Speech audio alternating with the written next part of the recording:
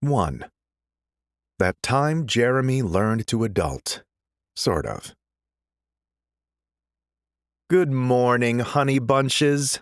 I fling open the door of Jamie and Briar's apartment with as much flourish as I can come up with at 7:30 in the morning. Luckily, I've got skills in staying up all night and still functioning reasonably well the next day, and it's a good thing I do. I completely lost track of time last night and ended up staying out until almost 2 a.m. Whoops. I promised Jamie I would be a good boy and get a full night's rest before my first day at my new job. At least Jamie's used to me breaking promises. Sometimes I'm amazed he's still my best friend after living in the Burlington University dorms with me. Anyone else probably would have kicked my ass to the curb after the time I came into our room at 3 a.m. drunkenly singing "We Are the Champions" at the top of my lungs, but Jamie just rolled his eyes and joined in at the chorus. I'm still not sure how I got so lucky in the friend department. Briar Nord, Jamie's boyfriend, looks up at me from the bowl of cereal he's pouring. He grins wryly. Morning, Jeremy. I had a feeling we were going to regret giving you that spare key.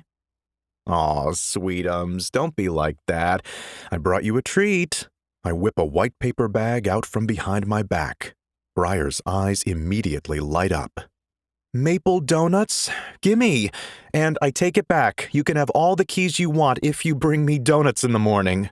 I'm happy to pass over the bag. I had to go a little out of my way to get my morning coffee from the Maple Factory, Briar's favorite bakery, but the look on Briar's face right now makes the extra trip worth the trouble.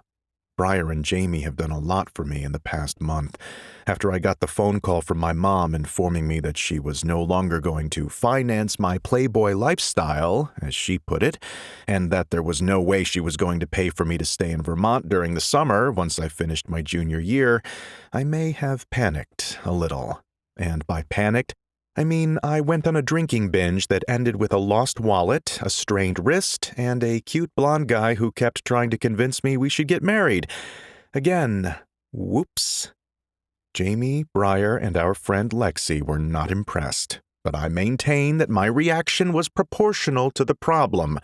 My mother was insisting I move back home to Connecticut for the summer. I'm pretty sure anyone faced with 3 months of Delia Everett's disapproval and stern expressions would also start downing tequila shots. Luckily, Jamie and Briar came to my rescue. Briar helped me land a sublet in the apartment above his and Jamie's, and Jamie knew a law firm in Burlington hiring a receptionist and gopher boy. It doesn't pay well, and since most of my money is going to go to rent, I'll be a little more cash poor this summer than I'm used to. But at least I'll be in Burlington, Vermont, and not in Wellsford, Connecticut, with a mom who thinks I'm wasting my life and never misses an opportunity to tell me so. Good morning. Jamie steps out of the bedroom and into the open living area of the apartment as he wipes sleep out of his eyes. He nods at me. Oh, good, you're up. I was going to run upstairs and knock on your door just in case you stayed out all night or something. Never, I reply innocently, but Jamie knows me well. He just shakes his head and smiles. Well, you're awake, and it looks like you're showered and actually going to be at work on time for your first day. Frankly, Jeremy, I'm impressed. He leans over to give Briar a good morning kiss on the cheek. Plus, he brought donuts, Briar replies with his mouth full. And I pull another bag out from behind my back and hand it to Jamie. Crullers, your favorite. Just for you, best bro. See how I stuck the landing there? Briar applauds. 10 points from this judge. Thank you. I take a bow and pull out a chair to sit down at the tiny table across from Briar and Jamie. The two of them immediately start doing this thing I've noticed they do in the mornings. First, Jamie rubs at Briar's hair a little while he kisses his cheek, and then Briar passes him a cup of tea that Jamie takes a sip of, and right after that, Briar nuzzles into Jamie's neck again. Next, they kiss all gently before they nod at each other. Every morning I've seen them together since they moved into this apartment looks exactly the same. And somehow I know they're talking to each other the whole time, even though they're not saying a word. I swore off committed relationships after my first and only real attempt at one went balls up during my freshman year at Moo U. That's what the locals call Burlington University because of all the cows here. Not very original, but at least it's accurate. That choice was necessary and right, and for the most part, I've never regretted it. Sometimes, though, Briar and Jamie make me wonder what I'm missing. They've been together for over a year now, since Jamie and I were sophomores, and they make being a couple look so easy. So good. Anyone who didn't know the Netflix-level drama that came with them getting together would think they've always had the perfect relationship. They even met at a romance book club Briar started. Who actually meets the love of their life at a romance book club?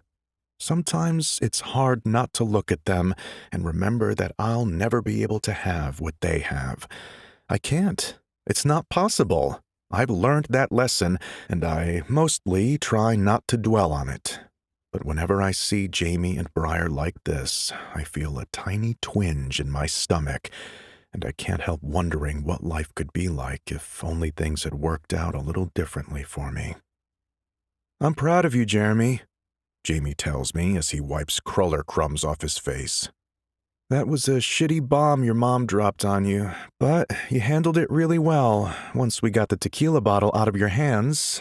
And maybe this will be good, you getting a real-world job and adulting with the rest of us this summer. Maybe you'll like making your own money. Maybe you'll even like working at the law firm." I tend to doubt that. Work and I have never had a very positive relationship. It gets in the way of play, and who wants that?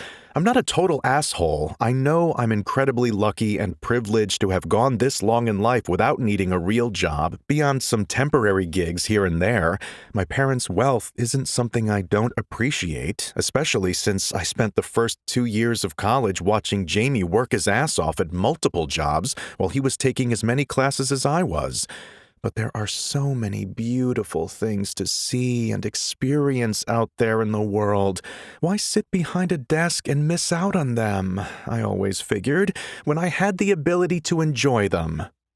I'm moving forward with a new outlook, though. I've got to hold down a job and pay my rent, and I still refuse to give up on all the wonderful experiences life has to offer.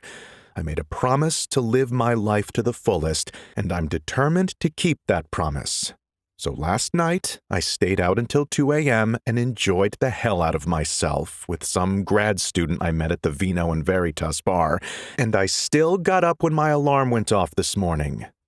"See, Mom," I whisper in my head, "I know you think I'm a total fuck-up, but I can do this.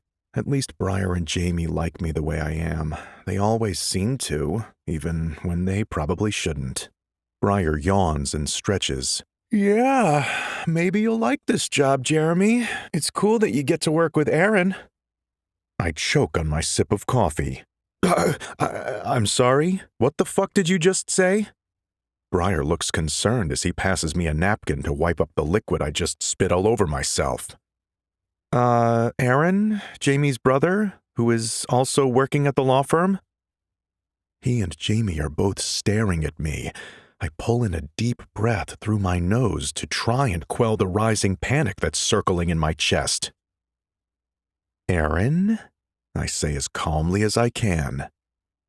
"I thought he was in Boston.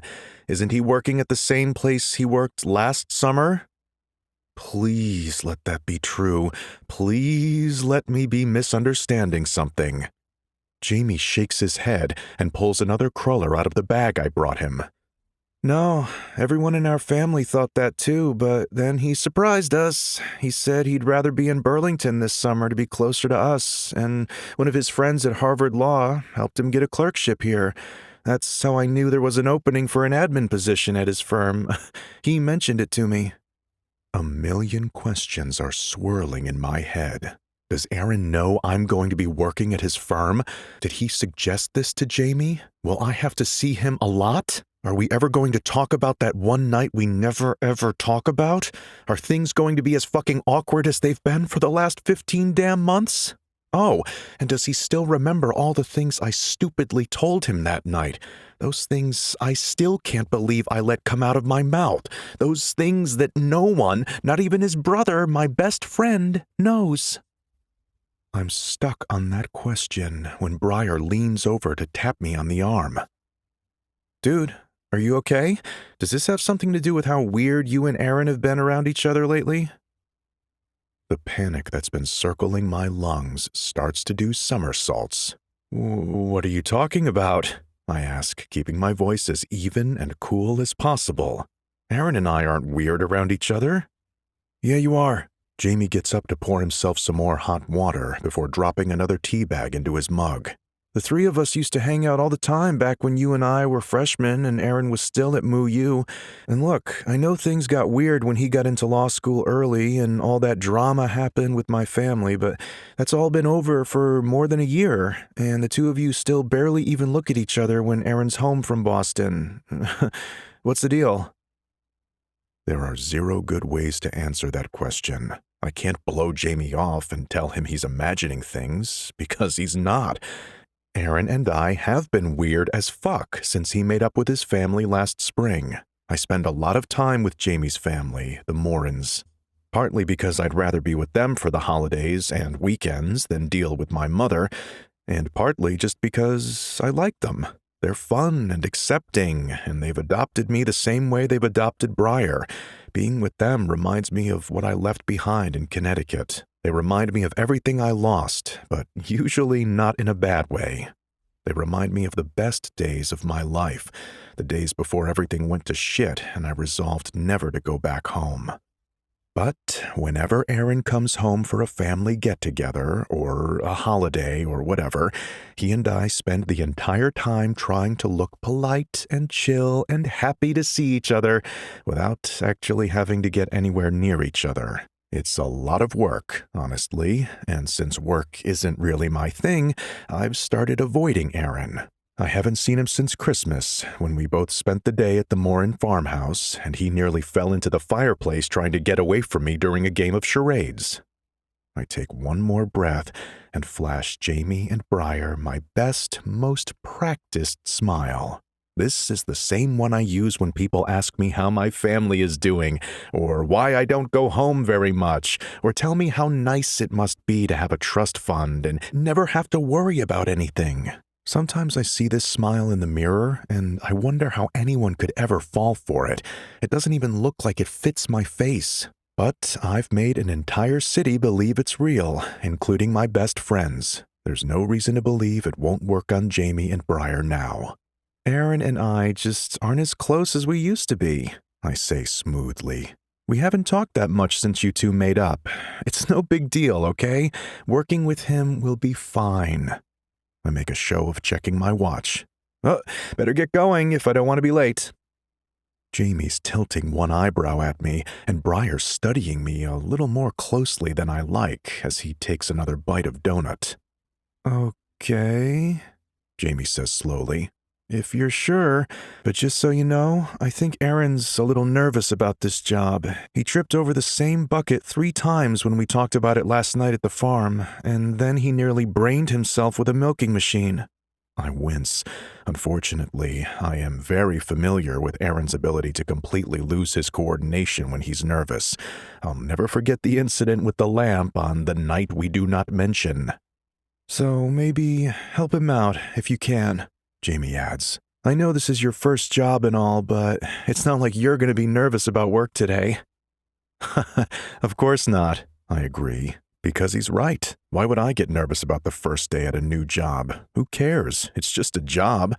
Life's too short to worry about impressing people, especially people you don't know or care about. I'll show up, I'll answer phones, and I'll play fetch for everyone in the office. The only thing that matters is that the lawyers like me enough to pay me. I'll do my best, I add, as I send Jamie and Briar another beaming smile. Briar's still giving me that look he gives me sometimes, like he's peering deep into my soul. I always have to make sure I'm not squirming in my chair when he stares at me like that. Have a good day, Jeremy, Briar finally says. Good luck. Thanks, I grab a donut for the road and jet out of the apartment. My stomach's swirling, though, and I end up having to set the donut down in the passenger seat of my car. Jamie's right. I don't get nervous about things like jobs. That's not me. Unless I've just found out that my new job includes working with my best friend's brother, the guy I had a one-night stand with 15 months ago. The only one-night stand I've ever regretted. Once again, whoops.